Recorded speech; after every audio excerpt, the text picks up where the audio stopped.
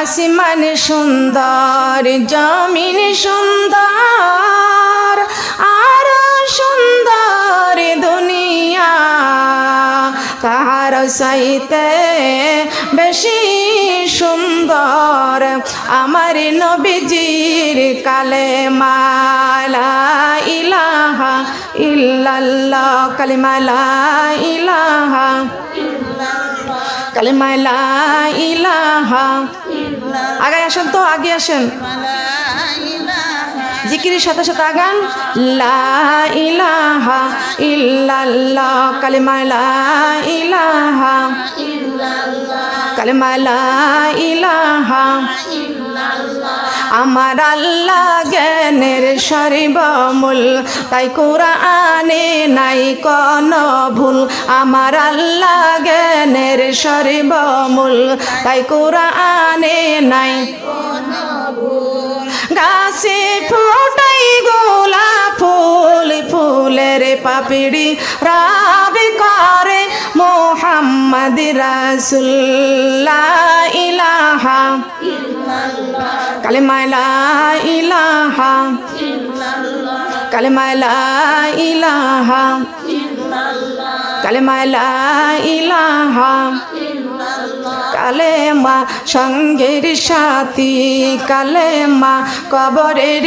বাতি কালেমা সঙ্গের সাথী কালেমা কবরের বাতি পর কালেমা দিন আর রাতি কালেমা ছাড়া নাই কোন গতি লা ইলাহা ইল্লাল্লাহ কালেমা লা ইলাহা ইল্লাল্লাহ কালেমা লা ইলাহা ইল্লাল্লাহ এই কালেমার বাণী প্রচার করতে নবী গিয়ে ছিলেন তায়েফে তায়েফবাসী মানল না কালেমা পাথরে মারল আমার নবীকে কালেমা লা ইলাহা ইল্লাল্লাহ কালেমা লা ইলাহা মোহব্বত বলেন কালেমা লা ইলাহা ইল্লাল্লাহ কালেমা লা ইলাহা ইল্লাল্লাহ এমনই মারা মারল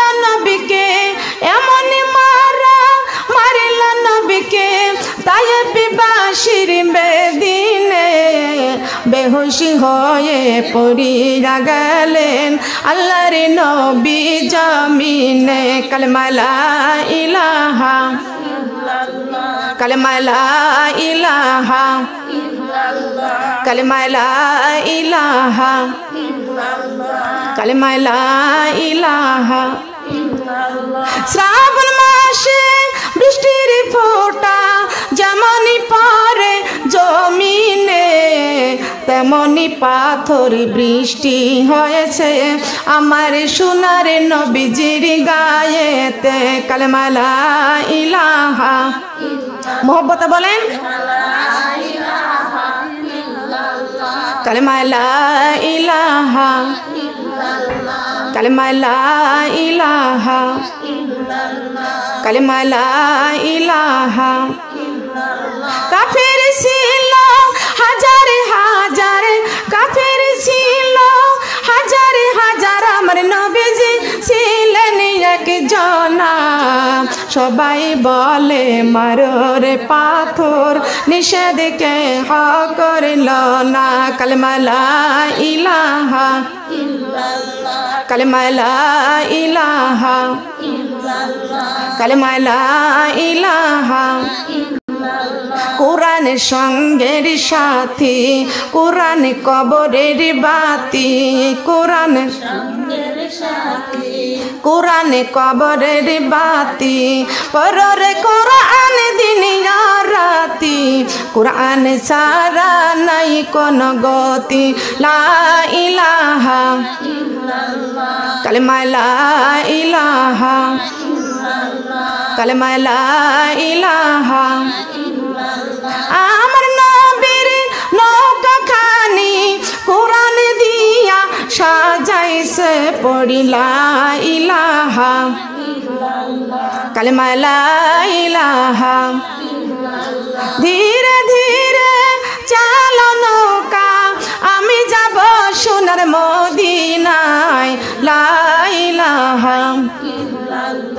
কালিমা লা ইলাহা এই কোরআনের বাণী মানো নাই তুমি নবীর নৌকায় জায়গা নাই লা ইলাহা কালিমা লা ইলাহা কালিমা লা ইলাহা লা ইলাহা ইল্লাল্লাহু মুহাম্মাদুর রাসূলুল্লাহ।